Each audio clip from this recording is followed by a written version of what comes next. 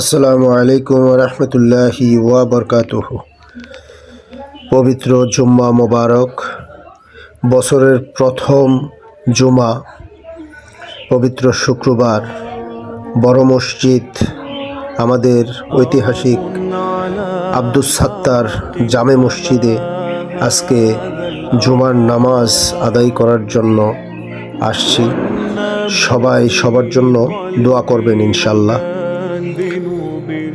আল্লাহর ঘর, মসজিদ, বছরের প্রথম জুমা, আল্লাহ পাক আব্দুস সাত্তার জামে মসজিদের মতো বড় একটা প্রাকৃতিক সৌন্দর্যে ঘেরা মসজিদে আদায় করার তৌফিক দান করেছেন।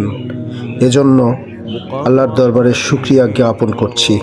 আলহামদুলিল্লাহি রাব্বিল আলামিন। সবাই ভালো থাকবেন, সবাই সবার জন্য দোয়া রাখবেন ইনশাআল্লাহ।